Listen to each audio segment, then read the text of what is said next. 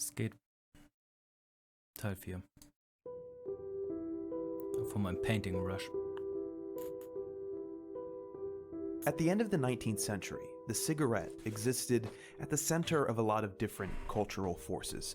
The one you're looking at right here is from a painting by Edvard Munch, most famous for another canvas called The Scream. This self-portrait with cigarette made 2 years later, though less jarring, is just as concerned with Munch's personal psychology and the dark underside of his identity as The Scream is. But to his critics in his hometown of Oslo, the portrait's dark, hazy, unfinished feeling was not only unfit for art, it was dangerous to the psychology of the city and the age. As Munch's self-portrait demonstrates, he is by no means a normal man. When an artist is abnormal, a shadow is thrown over all his art. That's a quote by Johan Scharfenberg, a Norwegian medical student, who was echoing a line of conservative moral thinking that feared the decay of society resulting from art like that Munch and his contemporaries were making.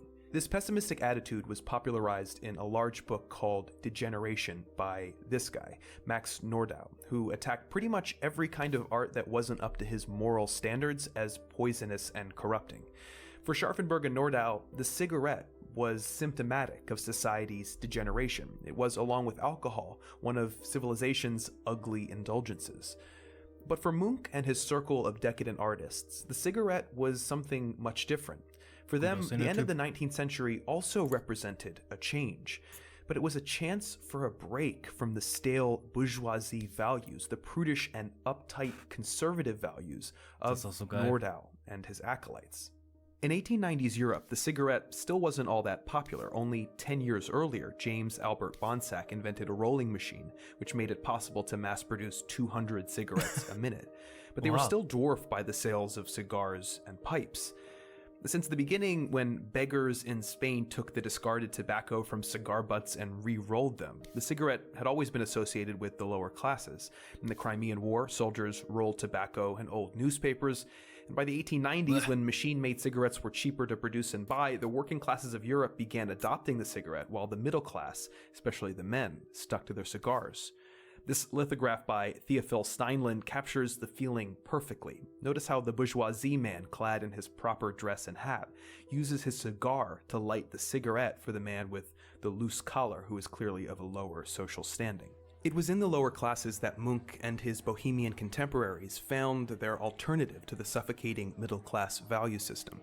They traded in drawing rooms for late-night cafes, dinner parties for nightclubs, and cigars for cigarettes. Cigarettes became the essential prop of the bohemian lifestyle. In this painting by mentor Christian Krogh, you can see a 21-year-old Edvard Munch lighting up with his friends and fellow painters in his studio. In this etching by Munch himself, smoke snakes and fills up the atmosphere of a cafe, where bohemian intellectuals of both genders drink and debate art and ideas. In other words, everything Max Nordau despised. As critic Patricia Berman notes, bohemians of the 1880s and 1890s embraced the deviancy that people like Nordau assigned to them.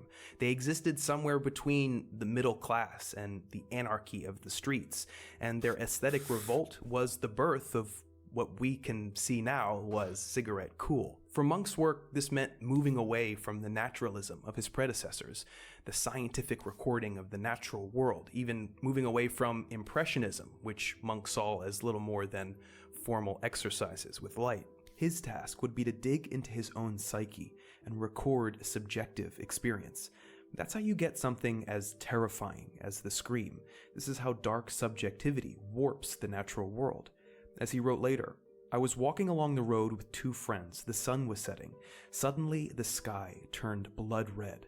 I paused, feeling exhausted, and leaned on the fence. There was blood and tongues of fire above the blue-black fjord and the city. My friends walked on, and I stood there trembling with anxiety, and I sensed an infinite scream passing through nature." You read any diary or memoir of a sufferer of depression, and you'll find similar moments of disturbing transformation. The truth is that mental illness was underscoring this whole transitional time in history, as nations came to grips with the rapid growth of anxiety, depression, mania, and other mental illnesses. Das ist das. Nee, der sieht aber aus wie Dostoevsky. Dostoevsky. Dostoevsky. Different groups reacted in different ways. It's what's really at the heart of Nordau's fears of degeneration. It's what a number of bohemian artists of the era were attempting to explore in their work. The tragic relationship between madness and creativity is undeniable. Some ran from that fact. Others refused to look away. At this time, there was a kind of catch-all term that's no longer really in use. Neurasthenia, something that's probably more akin today to acute anxiety. Auf allen Bildern, die Menschen von früher sehen so gut aus. Es ist unglaublich. Ich muss nochmal da einen Millimeter zurück. Ey, geh nochmal weiter zurück. There's a kind of catch. Die sehen so gut aus, alle. Natürlich haben die nicht so detaillierte und hochauflösende Bilder wie wir heutzutage. Und sind dadurch viel weicher. Aber die sehen alle gut Term aus. that's Kommen gar nicht no klar. longer really in use. Neurasthenia, something that's probably more akin today to acute anxiety or mild mania. And here too, the cigarette is significant, because there was a belief floating around that cigarette smoking was one of the causes of insanity, a theory put forward in a book by Dr. L. Bremer called Tobacco, Insanity, and Nervousness. Another doctor, the surgeon Theodore Billroth, believed that the widespread cases of neurasthenia Das war and wahrscheinlich gerade neuroses eben der were, Typ. quote, due to alcohol and cigarettes. Now, if you look again at Munch's self-portrait with cigarette, you can see a nexus of all these social constructions. Munch is aware of his critics, their belief in his degeneration, and the cigarette as one of its causes. He uses it as a formal reason why the painting is nebulous. It's shrouded in cigarette smoke. But he's also using this dissolution by way of cigarette to signal the intersection between bohemian life, mental illness, and art. The prevalence of mental illness, its connection with genius, and the failure of bourgeoisie moralizing to come to grips with these realities. He encoded the cigarette as a complex symbol through which he asserted his complex identity and created a site of recognition for those who suffer today. Because the problem of mental illness has only grown, and its growth has grown too, and we're not that much more enlightened as to its causes than we were then. But I think that Munch's work is a consolation, because it proves that our confusion about mental illness in medicine and science will always be matched by a probing and nuanced understanding in art of all kinds. Damn. Übrigens, jeder Zug an meiner Vape hat sich nochmal doppelt schlecht angefühlt, weil es sich anfühlt, als wäre es die Weiterentwicklung von dem, worüber wir gerade geredet haben. Die Personifikation von der Depression. Ja, scheiß drauf.